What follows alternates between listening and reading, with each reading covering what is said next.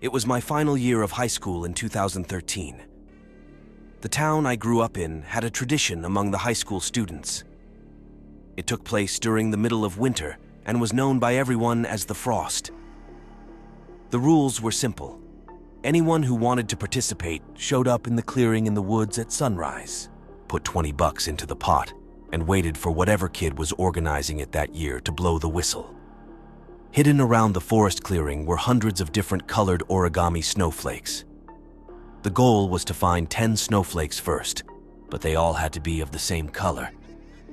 The catch was, once a player found a snowflake, they had to sacrifice an item of clothing and leave it there. 10 snowflakes meant 10 pieces of clothing left behind. The first player back at the clearing with all 10 snowflakes and 10 items of clothing won the pot. There was a one-jacket rule along with other protocols on sweaters, t-shirts, vests, etc. It was 10 degrees outside, and it had snowed the previous night, so needless to say, it was unbearably cold. Surprisingly, about 20 participants still showed up, including me. I guess the draw of $400 outweighed a short burst of nakedness and cold. The contest started off okay. I'd found 3 neon blue snowflakes and had taken off my coat, hoodie, and sweater. The chill was getting real now that I was down to my t-shirt, and I could feel the cold gnawing at my skin. I saw other people rush past, holding colored snowflakes in different states of undress. They were letting out shivered laughs, and I found myself doing the same. Then I heard a different scream, not the kind of scream anyone made if they were just messing about. It made me feel numb with a mix of cold and fear. I followed the sound up ahead, behind the skeletal-looking trees, and saw a girl lying in the snow in just a crop top and leggings.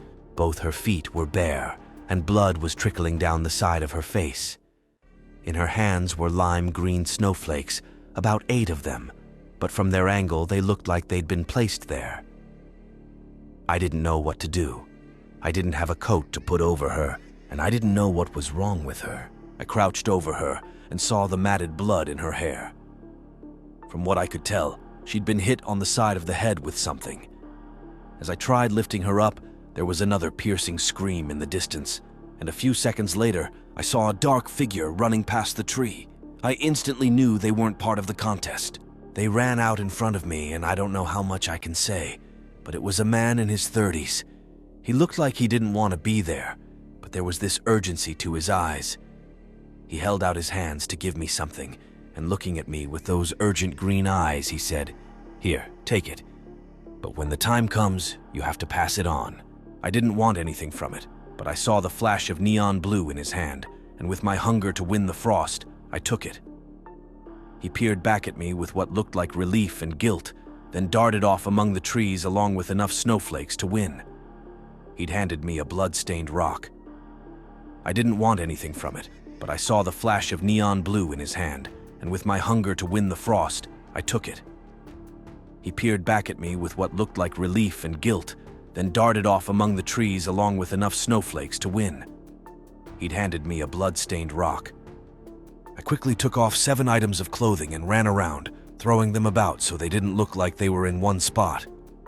As for the bloody rock, I took off my boot and hid it in that. Then I somehow managed to get the girl conscious enough to help her back toward the clearing. I was the first one to return back to the clearing with 10 snowflakes and was declared the winner of the frost that year. I went home with the $400 and carried on with my life. The girl and 2 others ended up in hospital. They later claimed someone had crept up on them and knocked them out. Despite this, the frost continued each year. As the years passed by, I tried not to think about that green-eyed man, but every year on the day of the frost, horrible things always seemed to happen to me, disturbing things. This year led me back to that town into my old home. I searched through my stuff and found the old bloody rock and saw the engravings on it that I'd tried to ignore for the last decade. Carved on it was my name and the year 2013. I don't like it, but I know what I have to do. I know how to make it stop. It's coming. The frost is coming, and I have to make sure I'm there to pass it on.